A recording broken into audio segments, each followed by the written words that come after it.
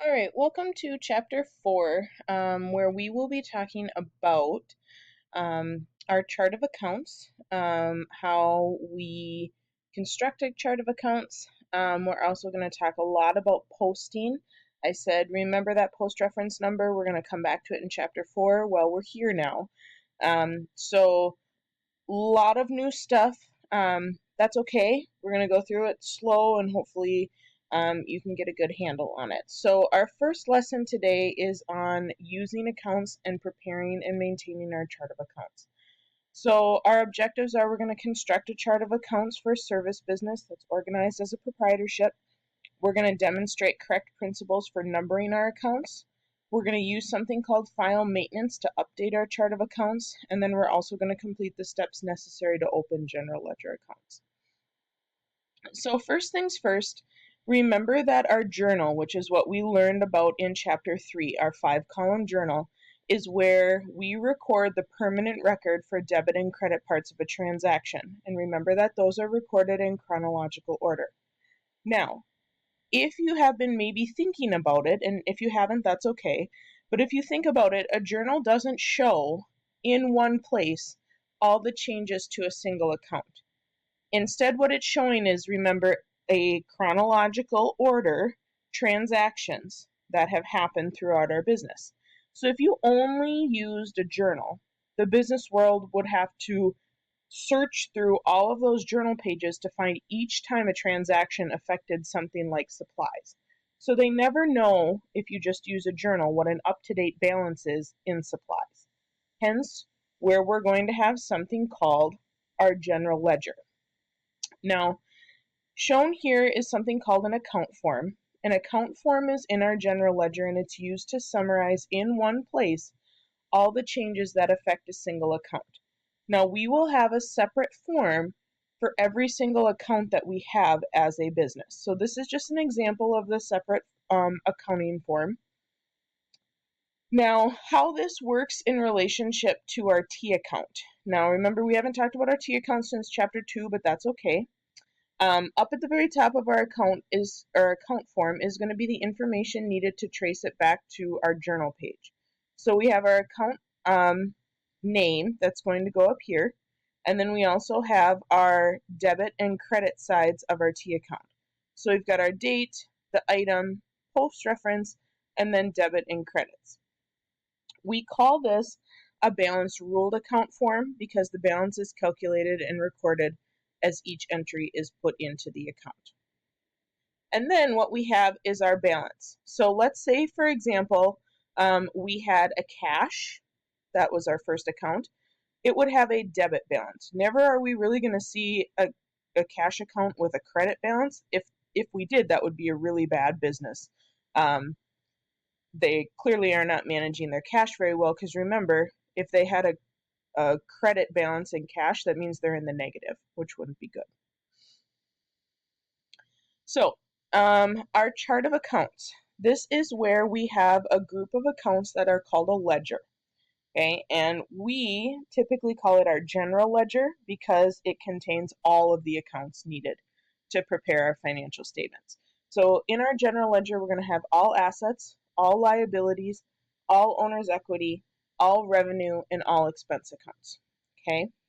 Then each account is given an account title, and you've technically been using these account titles as we've gone, but you probably just haven't noticed it. It's things like cash, supplies, prepaid insurance, accounts payable, fleet farm. Those are all account titles. And then each account is going to be assigned an account number, and the reason we do that is simply for organization. It just helps to keep track of where everything is. So here's an example of a chart of accounts for our Delgado Web Services. Notice that assets is always listed first. They are always going to be numbered in the 100s. Liabilities are second. Those are always in the 200s. Owner's equity is always in the 3s. Revenue is in the 4s. And expenses are in the 5s. So this is what a chart of accounts looks like. We always typically put assets, liabilities, and owner's equity on one side. If you notice, that is our accounting equation, and those are all balance sheet accounts. Now, we haven't got to talking about balance sheets and income statements yet, but we will.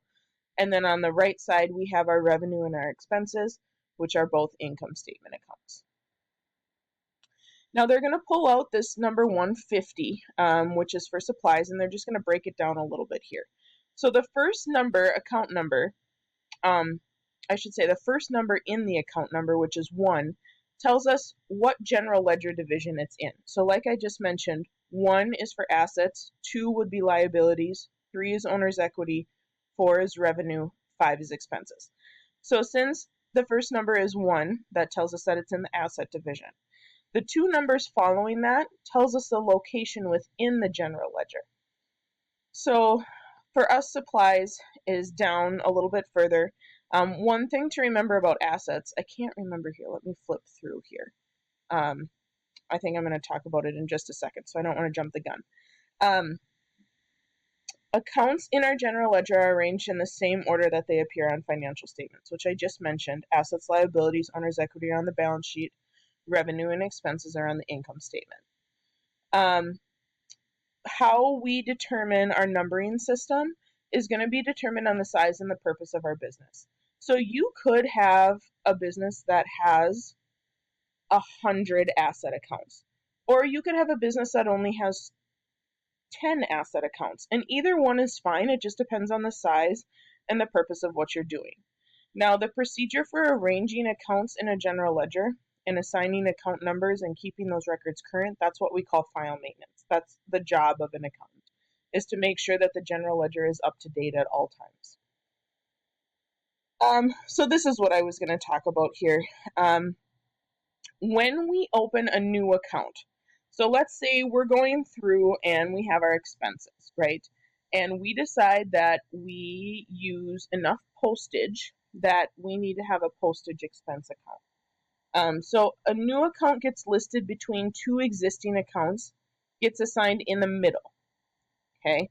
The one thing to keep in mind about expenses, as it says down here, is that expenses are always listed in alphabetical order.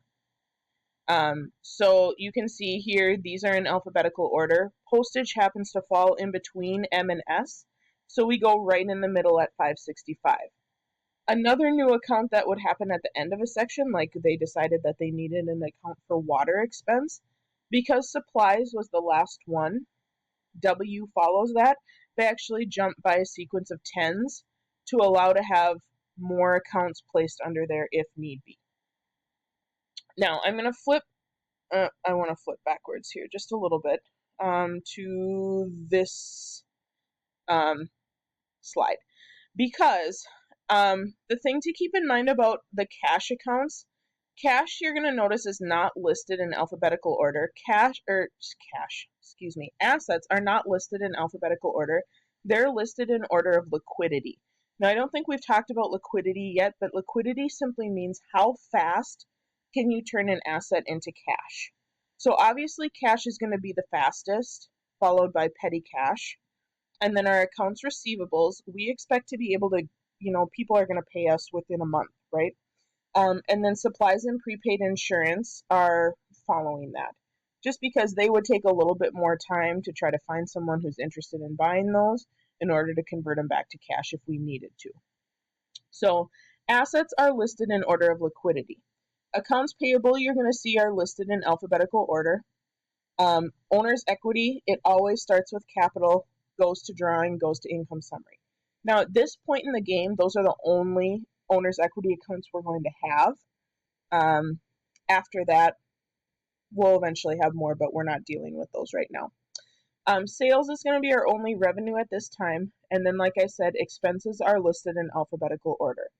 So you could see when we added postage, we go right in between there at 565. When they added the water expense, we jumped by 10 and listed the account number as 580.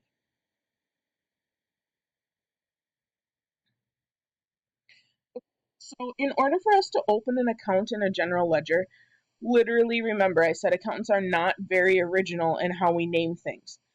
All you have to do to open an account is write the account title and the number at the top of the account form. If you can do that, you can open an account. So we do that every time that we open a new one in our chart of accounts. We need to make sure that they're arranged correctly. That's why I just paused and said make sure you remember assets are by liquidity. Everything else is virtually by um, alphabetical order. So to open an account in our general ledger, you can see here's our account form. We write cash at the top, that's the account name, and we write the account number, which is 110, right over here, and you've literally opened an account. It's the easiest thing probably that I'm going to teach you in this chapter. So that's called opening an account. And we're going to head over to app, this should actually be MindTap. We're going to head over there and do our work together and are on your own. And then don't forget about your terms and questions on Google Classroom.